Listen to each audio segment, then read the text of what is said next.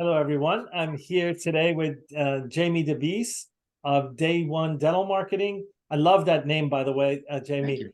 Day one meaning from day one that you start your practice, you should be thinking about marketing. Jamie and I met at our friend's event, Paul Goodman, and he introduced us. And I've been monitoring your marketing agency for about a year now. And when the time came that for me to bring more options for our members as far as marketing, I knew you were the one that I was going to approach. Would you take a couple of minutes, tell us about yourself, and tell us about a little bit about your company and how it came about? Absolutely. Well, thanks, Bob, for reaching out to me, for checking me out, for investigating, and feeling comfortable enough to bring me into your community. I do appreciate that. It does mean a lot. So for me, marketing is not about bringing in new patients, although that's the goal. Marketing for me, especially when I'm working with dentists, is about helping them have a better quality life, reducing their stress, and being able to achieve the goals that they want to be able to achieve in life and in their practice.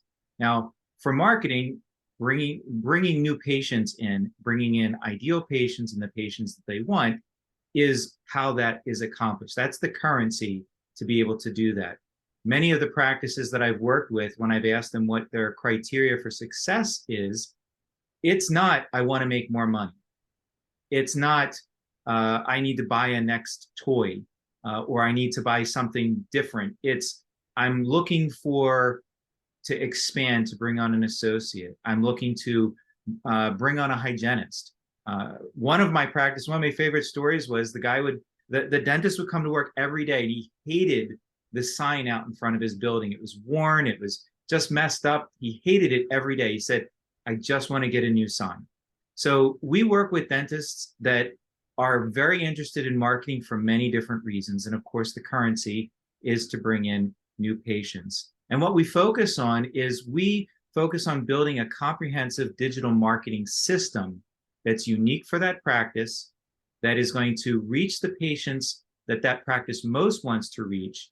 And then we continually optimize and evaluate what's happening so that we can make sure that that we're always on those goals. There's no set it and forget it type plan. And so how we go about achieving those goals and what we put into the plan will be specific for each practice. Most of the time, the typical program will look like either we're creating a website or we are helping with an existing website to make sure that it's optimized. We're then going to make sure that their digital presence, their digital footprint is consistent. Same name, same address, same phone number. Lots of practices that have recently been acquired are changing the name from the previous owner to the new owner's practice name. That creates a whole bunch of digital hurdles that we need to help the practice walk through. If they're focused on reaching out in social media, which most are, we can create social media content. We put together ad campaigns and sales funnels for specific types of treatments. And all of that is pretty much going to be an a la carte for that particular practice. We will also get involved in helping them generate reviews and responding to reviews. So all of those pieces, they all work together to help get the practice to be found, to be seen, and then ultimately to get those patient leads coming in. Yeah, that's great. One of the things I told you about, Jamie, is like I'm gonna kind of pretend that I'm going to hire you for my practice, and I want to hear what your company does that it's a little different than other ones. I mean, what do you guys specialize in? Sure. If you were to reach out to me today and schedule an initial consultation, that's our call to action. Schedule an initial consultation for us. It's about a half an hour, 45 minutes long. And during that conversation, this is what you would receive from us. We will evaluate your website We'll do a low-level audit because a lot of the things that we would ultimately need would have to come from logging in and getting behind-the-scenes information. So, Bob, if I were to evaluate your practice, I would take a look at it. I would get the information that's there. I'd look at the structure of the site, see how well organized information is. I then would take a look at your Google listing.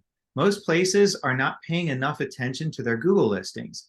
And so I take a look at that, make sure the information on there is consistent with what is on the website. Oftentimes, practices have different information on different hours of operation. Even sometimes they'll have different phone numbers, not really paying close enough attention. We're then going to take a look at your digital footprint.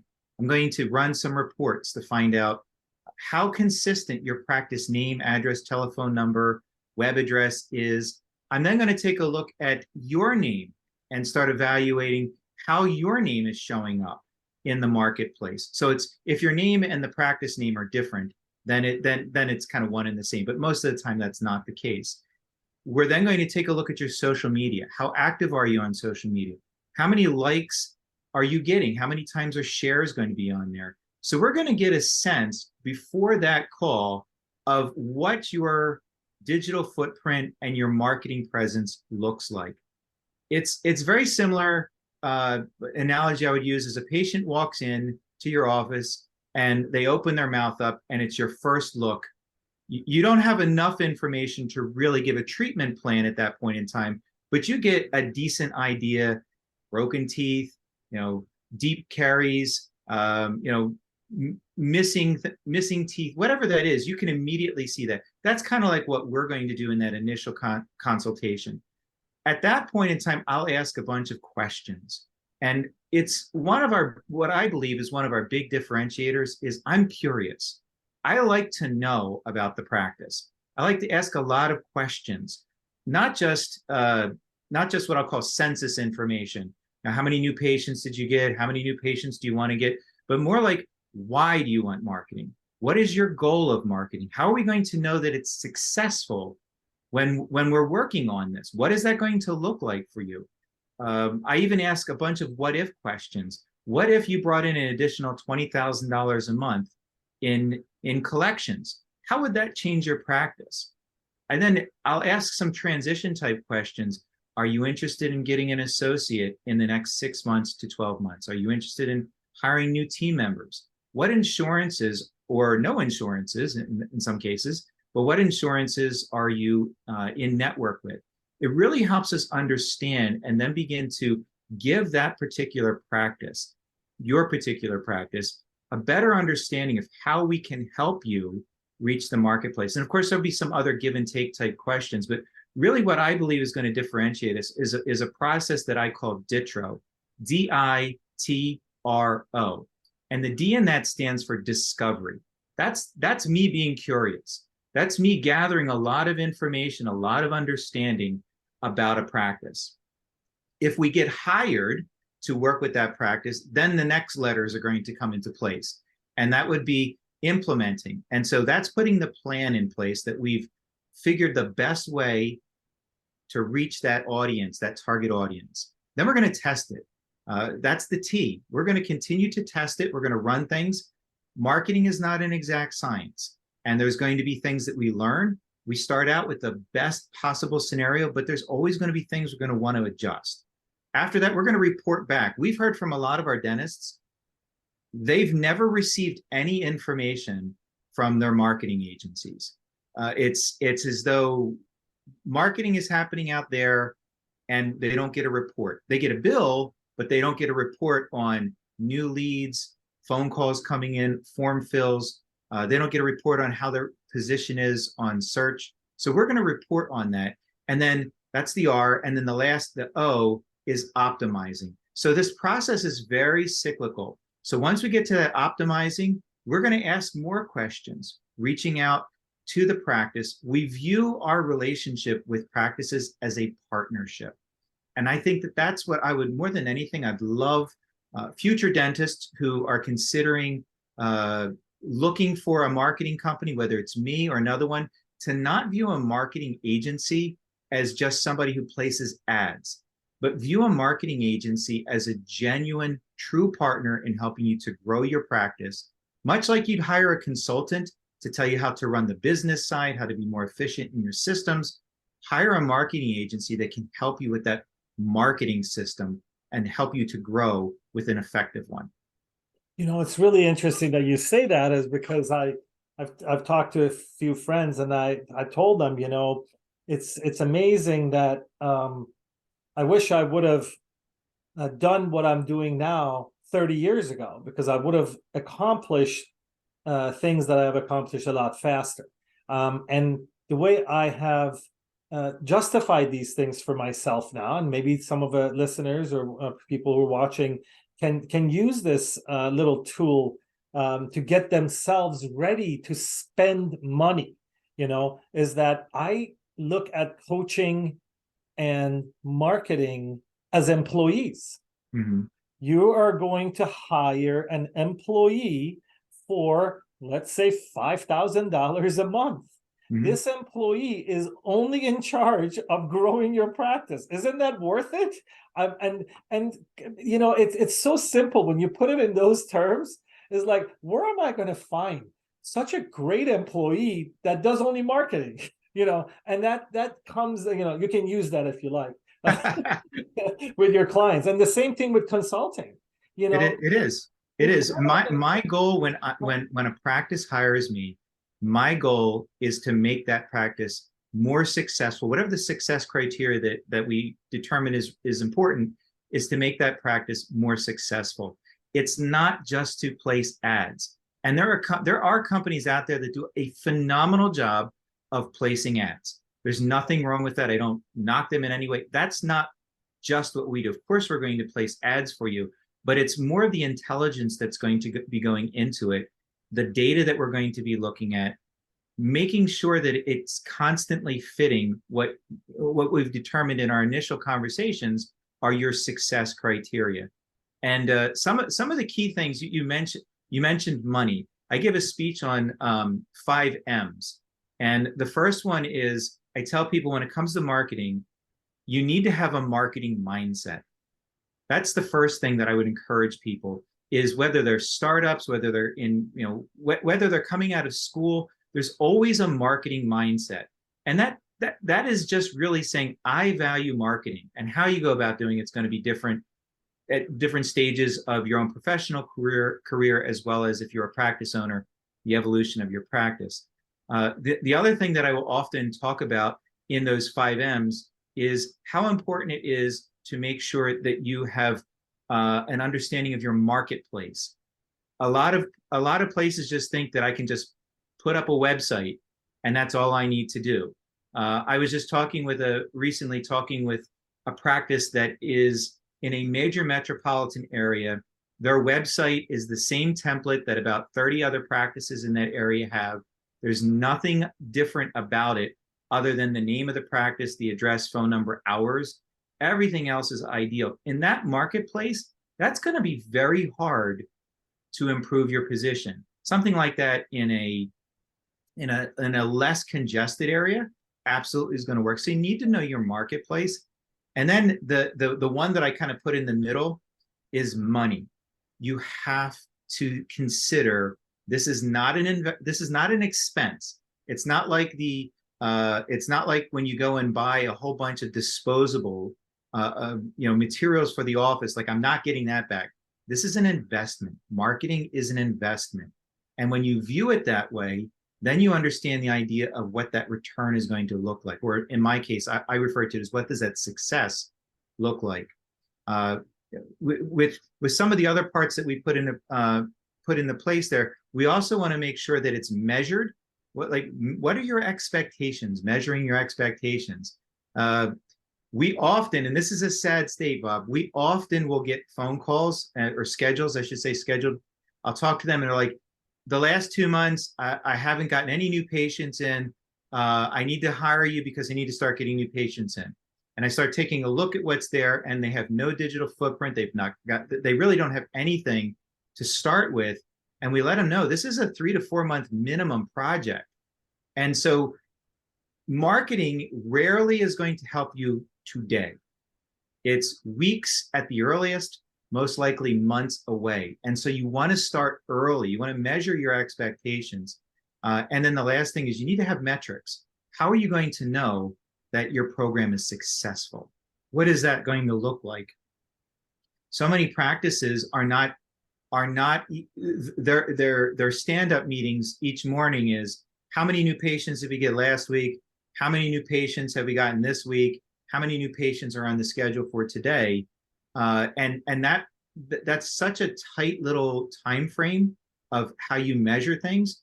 We're talking about bringing in programs consistently that can bring in 100 to 150 new patients a month, or excuse me, not a month. I'd love that a month, a year. But some months you're going to get 5, some months you might get 35. And so we always say you want to look at how much is your program bringing in. As you know, there's seasons of the year that are better or worse in your area. I mean, your area, the cold doesn't shut things down. It's because that's what happens. But in some places in the country, they get a cold snap. They're not equipped for that. They shut down. Or there's storms that come in, or sickness. All those things happen. They always affect your numbers. So we always say, what are your metrics and how are you going to determine it? So that's our 5 M's. But it's really critical when we're working with practices that they're not doing marketing in panic mode. We won't be able to help them out a whole lot when they're in panic mode. Yeah, and I got to tell you, you bring up a great point here. Being involved with a lot of Facebook groups and having my own, and I get messages from people, and it was getting to the point that I actually had to put a post up that says, hey, it's June. For most of us, this is the slow time of the year. Don't panic. You don't need to up your Google ads to $5,000. It won't matter in a short period of time. And I believe that you and I were talking before we started recording is that, marketing is not something fast. You have to build and it will come. Unfortunately, as you were telling me, dentists, we're used to looking at a problem, solving it, and going to the next one. This is not going to be like that. I see people complaining about corporate dentistry, these DSOs, and I tell them, they spend millions of dollars on advertising. What are you doing? I mean, if you're sitting, you're just going to lose growth based on attrition. Then you're going to lose these patients and nobody's coming in. They're visible. So you have to spend money to compete with the challenges and with the competitors of today. Yes. Do you see that as well?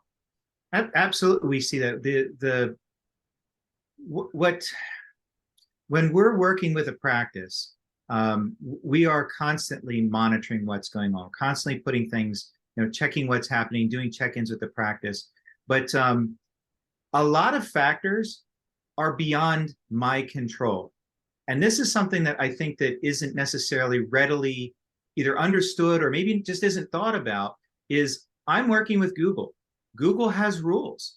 Google has best practices, not only for how you do SEO, how you do their Google listing, how you manage reviews. I'm working with Yelp. Yelp has their own rules. I'm working with Facebook and Instagram and TikTok and Pinterest and YouTube. They all have their own rules. Google Ads, if you're going to run Google Ads, there's different criteria for running Google Ads than there's for, say, running Facebook or Instagram ads. So knowing all of those variations, but they're all third parties. I'm not, no ad is, I don't have a day one platform for content. So we have to work within the structures of best practices for all that. What's the best practice for website? And here's another thing, just throw this out there. A lot of practices believe that when they get a website, that's it. I don't have to touch my website again. If you're not doing something different to your website every couple years, updating content, or if you have a system of putting blogs on there, refreshing the overall content on the site, it'll get stale. And eventually you will start to see, in most cases, you'll start to see a decrease in content. Google's made a bunch of updates where it's very clear that they don't like people having stale sites. They want people engaged on their sites, but it doesn't mean you have to rewrite everything. It could just be a new blog. It could just be maybe changing some wording around, adding new service or being clearer on another service.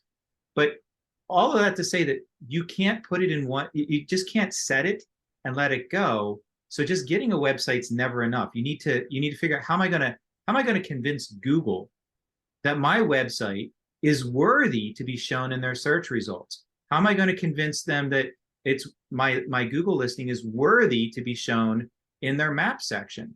And Google has some base, they have some principles that are behind it. So all of these things we're following other people's rules. And especially in the case of Google, we could just do a ton of stuff right away. Google will look at that and say, that's bad. We don't want, that's not how we operate. That's not what we want. So they want things more like in drips, steady streams of drips. And that's part of the reason that it takes a lot of time to move websites up in search and on the maps, is because Google wants it consistent over time, not just a whole bunch of things dropped on them at once. Yeah, and one of the funny things that I read on these Facebook groups is sometimes they show up once in a while. Dennis talking about like asking a question, or do you do your own DSO? Do you do your own SEO, or do you hire someone? And a bunch of people comment, oh yeah, I do it myself. It's not hard.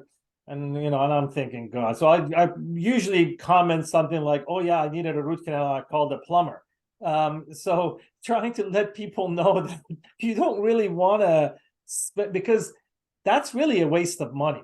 We're dentists. We don't have the time to learn how to utilize the algorithm of Google, and they change it.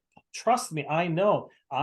People know. I mean, my website. I wrote the first website that I had before Google was in existence. I wrote it on a notepad, and I used meta tags on the top to go into Yahoo's search engine, which when Yahoo was huge, Yeah. But I realized that Google changes the rules on a regular basis. I don't have the time to keep up. So Yeah. I have to spend money on a firm that dedicates their time in finding out what that algorithm is. Now, do you guys do that on a regular basis, right? Absolutely. So because we're monitoring all of our sites, with the number of clients that we have now, when there's a Google-wide algorithmic change, it's pretty easy to see in our overall company metrics when there's dips or when there's something unusual. And so that's pretty obvious. Now, the thing is, Google rarely announces, we're going to make a change. This is what we're changing. So everybody get ready for this change. That's rarely what happens. They just kind of will do this subtle changes here and there. And then the really big SEO gurus who live and breathe SEO, who report on it, are the ones that figure this stuff out. But absolutely, we're on top of that. Most of the time, the changes that Google is making do not require websites to be revised, unless you have older websites. Most of the time, the revisions that they're doing now are really revolve around making sure that there's localized content on the site. So if the site mentions where they're located, if it mentions towns they serve, it's pretty much already in there. They also don't want to have sites that have, and this is not so much for dentists, but oftentimes you'll see sites that have many, many, many pages of very similar content. It's almost like spamming it. Those sites get hurt a lot. But yes, we're on top of that. We make sure we're following best practices. We don't ever want to be in a situation where our clients lose their position because we have done something that's against Google's policies. That's not going to happen with us. In fact, we have actually worked with quite a few practices that have either done their own SEO, found somebody that they trusted who was doing SEO that wasn't really doing it in a white hat best practice way, and got caught. And so then we get in a situation we're trying to fix it. So SEO is definitely something that a person can spend time to figure out and do well at it. But as a dentist, most of our clients, we're usually spending 5 to 6 hours a month in some form of SEO management. Is that the kind of, and we know what we're doing because we do this day in, day out. We've got all the technology, all the tools to be able to do that. As a dentist, do you really want to commit that kind of time to doing something like that, when in that amount of time you can easily make thousands of dollars in seeing extra patients, or free your time up to spend it with your children or with your dog or going hiking or golfing or boating or just relaxing. You can hire a company like us to make sure that that's taken care of for you. Yeah, and again, I'm going to bring it up. You're hiring an employee. You're putting someone in charge of growing your practice. You know, a couple of things that I hear, and I wanted to get your take on it, is that when I confirm members for my practice, for my group, I one of the things that I do is I ask them for their website. So I can go and see, okay, there's a picture of this doctor's here, and there's similar pictures on their Facebook. So this is a confirmation. One of the ways that we confirm. And many times I come around these websites that I can't really even click because they were built so long ago.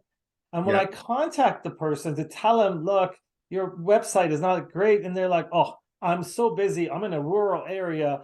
I don't even need a website. So what do you say to people who are in rural areas? I know what I tell them. I tell them I don't care. McDonald's still advertises, and they're still, you know, the people are going in or In and Out or whatever fast food joint that you see. They want to be there to be presented well. Do you get that pushback from doctors that are in the rural areas? I just want a simple thing. I want to spend $75 a month on marketing. Do you do you get those? I have gotten that, and so there's a couple of things that I try to change the conversation and the focus from the conversation of I need a website to bring in patients, because your website isn't in and of itself what brings patients in. It's how you work to convince the search engines to display your website in the search results. That's what's going to get people to see your website. But from a website perspective, we do a lot of call tracking for our clients. We put a lot of call tracking phone numbers on their websites. The overwhelming number of calls that come in from the website are from current patients. Overwhelming number. So not having your phone number easily accessible or up to date is patients are going to your website to find that, or they're going to your Google listing. So that's not even advertising. That's just customer service. I mean, those doctors that maybe 25, 30 years ago that might still be practicing might remember putting ads in the phone book. Okay, going online and just looking for your phone number is all that is. It's just making sure your name is there. But I'd also challenge people to think about if they have a very old website and they're like, I don't need to do anything. How are you presenting yourself if you are looking to try and sell your practice, looking to try and bring on employees? You are communicating to those potential people, this is not an area of concern for you. Especially if you're looking to bring on a key employee to your practice, that person, all they get to see is you've got a website from 8 or 9 or 10 years ago. I just was on a dentist reached out to me. Their website is from 2013. Not even kidding you. 2013. They haven't touched it. They haven't done anything with it. He didn't even know what his website said. And so this is why he's reaching out. I'm looking to bring on an associate. And the associate he hired said, we need to update our website. And so your future employees, or potentially if you're looking to sell your practice in the next 4 to 5 years, create value for that site so that the next person coming in doesn't have to solve that problem. It just adds to it. But most of the time, the rural doctors, I will give them, it's not that they don't need search engine optimization, but there are more efficient ways to reach a rural audience than doing SEO in most cases. But absolutely every business that is customer facing should absolutely have a website. That's just, it surprises me when people don't do that. And it's not even necessarily to bring in business, but it's just to say, I care enough to tell you who we are, what we do, and how you can get in touch with us.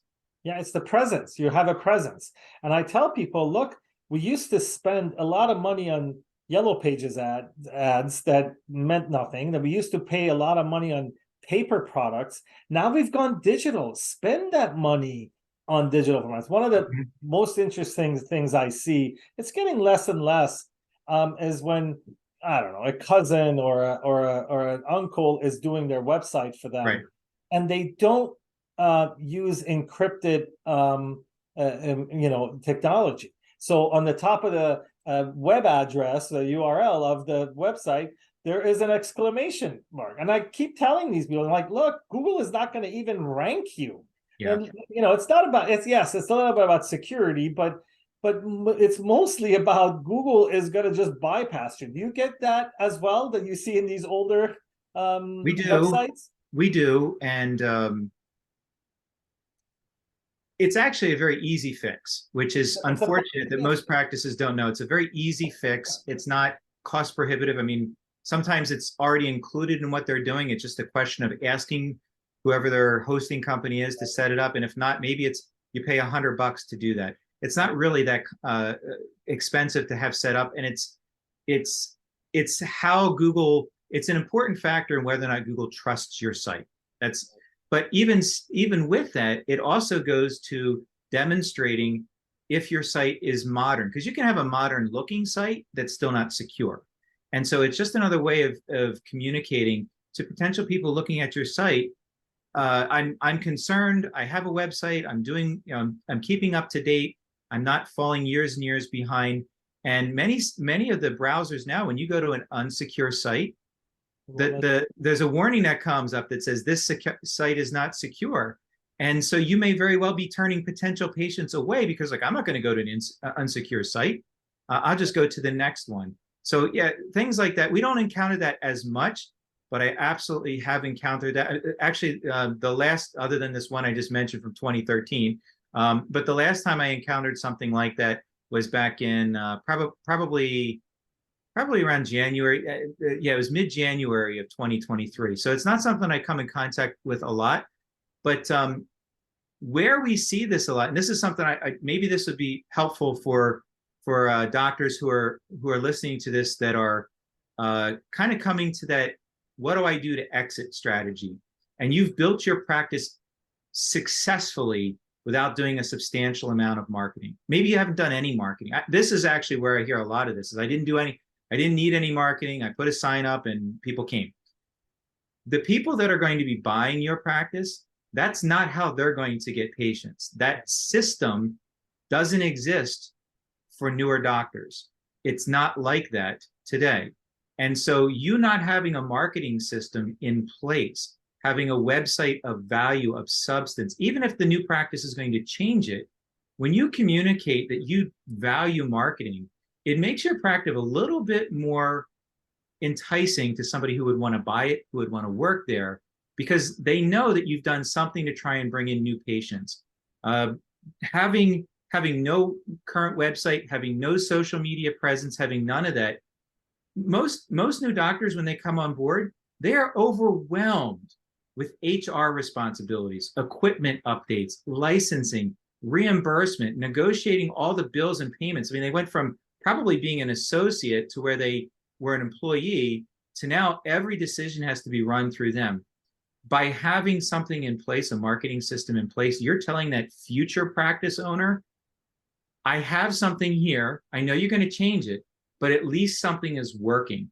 And a lot of times it's a website. It's just doing some SEO, just at least building a digital footprint for that new office to take over, or the new owner to take over that office. And so for those doctors who are looking for that exit strategy, if you don't have something in place, the new doctor or new practice owner coming on board, this is just one more worry that they have to think about when they buy your office. Yeah, it's kind of like I tell people, it's like buying a house. Right before you buy the house, you update the kitchen. Yeah. You need to make sure that a website is an asset Yes. of the practice, and it will be transferred to the new owner. I wouldn't buy a practice that doesn't have a website, because now I have to spend thousands of dollars to create this history Yes. for the practice, and it takes longer and it's more expensive. If I have choices, I go down the line to the next practice that has it. So I want people that just listen to what you said to look at it as This is a piece of equipment. Look at it as a piece of equipment that you just updated, and the new buyer is going to come in and be impressed with it rather than say, oh God, there goes another $100,000 I got to spend. So it's really important. But I do see a lot more than what you said. This unencrypted websites, plenty of them around still. So if someone wanted to get a hold of you, you're going to have a link for us that will be in the caption of this video. They can schedule an appointment for an hour. So it's an initial consultation, and yes, there will be a special DIG link for people to reach out to us, and that way we can keep track of it, and that way you know that it's coming directly from your group. But the initial consultation with us is a half an hour. Sometimes it might go to 45 minutes. We will be prepared, very much like we talked about earlier, to have a conversation with the doctor or whoever is contacting us. Sometimes the people contacting us aren't the doctors. They're the office manager, the practice owner is not clinical. So whoever is contacting us, we will then reach out. Typically, it's a Zoom meeting, whether it's visual, video, or just audio. Sometimes it's just by phone conversation. So whatever's going to be comfortable that way, schedule it. I'm always the one that you're going to be talking to for the initial consultation. I do have a team, but this is that important that I make sure that I'm talking directly with the people that want the consultation. After the consultation, next steps are really up to the person. We are not pushy salespeople here. I know that I can help almost every practice out there with their marketing, and I know that I can help. And I can explain what we do. I can show them what we do and have a proven track record. So the next step is really up to the practice owner in deciding if they want to begin hiring us, if they want to see references, whatever the next step is going to look like. At that point in time, it really becomes in the dentist's or the owner's, in their firmly in their square to figure out, all right, what do I want to do next? A lot of people are reaching out to us because they are seriously considering growth. It's very, very, very difficult to grow a practice without any kind of marketing. Now, I'm not going to say impossible because there's always the counterexample, but any practice that is seriously looking to grow, again, taking on associates, taking on new employees, you're opening up more days out of the week, any practice that's seriously looking to grow, you really have to consider boosting up your marketing, boosting up your budget, and seriously looking at hiring somebody to do this for you that does this professionally. Yeah, and I also wanted to, we discussed this, that I'd like to educate myself and educate my members on how marketing works. People need to have, this is kind of like that denture patient, we need to bring their expectations to a realistic level and then over deliver. So I don't want people to think that, oh yeah, I only want to spend, I don't know, I'm just throwing a set amount. Let's say I only want to spend $500. It doesn't work that way. You need to see what your goal is and then create a plan to reach that goal. Yeah. And then once you create that plan, Jamie here can be doing an excellent job. If you don't have the systems in your practice and you're not picking up that call and closing and making that appointment, you need to look inwards and try to improve your systems within the practice, because then again, all of the marketing money will go to waste. Marketing works. Yeah. Look at it as an employee. It works. Every major corporation does it. If it didn't work, they wouldn't do it. So I want people to have realistic expectations and know what they want to do. Before you make the call, before you go in there, know what you want Jamie to do. This is not just, oh, let's do some SEO for me. Oh, I want 14 implants a month. Do this. These are the things that I hear that I'll bring you. And you've seen the ads on Facebook, I'm sure, like we have. Oh, hire us and I'll bring you all on fours every hour of the day. It's all kinds. Yep. Yeah. Hey, I wanted to thank you for being here. Do you have anything else you wanted to add at the end? The only thing I'd really like to add is that for me personally, I love what I do. This is something I have an engineering degree. I thought I was going to get into biomechanical, biomaterials engineering. Life took a different change of direction for me. I've been in marketing for over 30 years now. I love what I do. I'm passionate about what I do. I like to take things apart and I like to put them back together. I like to understand how things work. And so the systems we put into place are a result of my personal background in marketing, my personality of just liking to figure things out, but also just my passion for helping people and be more successful. I love it when people are successful. However they are, when they're successful in life, whatever that success looks like for them, I want people to be able to achieve more of that. Great. Again, I appreciate you being here, and I thank you for being a sponsor of the group and supporting the platform, and hope to work with you for years to come. Thank you very much, Bob. Thank you.